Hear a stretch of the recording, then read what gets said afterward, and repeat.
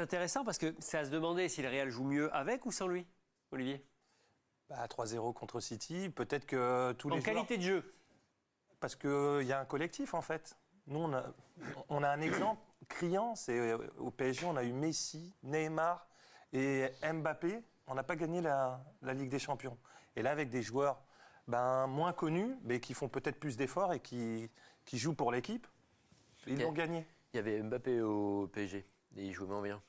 Et puis quand il n'est pas là, le Real, on a l'impression qu'il retrouve un collectif. Et donc, est-ce qu'il n'y a pas un point commun à toutes ces situations ? Sauf qu'il met quand même 45 buts. Donc. Ah oui, mais sauf que, comme tous ses partenaires sont obligés de lui donner le ballon, au bout d'un moment, il les marque les buts. Donc peut-être que les autres se révèlent lorsqu'il n'est pas là. C'est le cas de Vinicius, Valverde ou Diaz.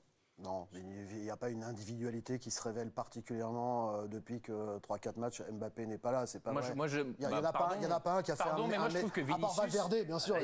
Mais moi je trouve que Vinicius est libéré, je le trouve mieux depuis que Mbappé n'est pas là. Alors ça répond peut-être à des choses que Vinicius a derrière lui, les histoires qui lui sont arrivées, etc. Je sais pas. Mais franchement, moi, Vinicius, je le trouve bien mieux depuis que Mbappé n'est pas là. Alors ça veut pas dire que les deux Est-ce que c'est suffisant?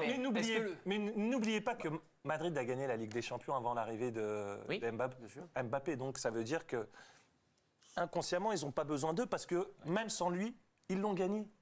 Bah oui. Mais ça, c'est pas inconscient, à mon avis, c'est très conscient pour les autres joueurs. Ils le savent très bien. Ils le savent très bien.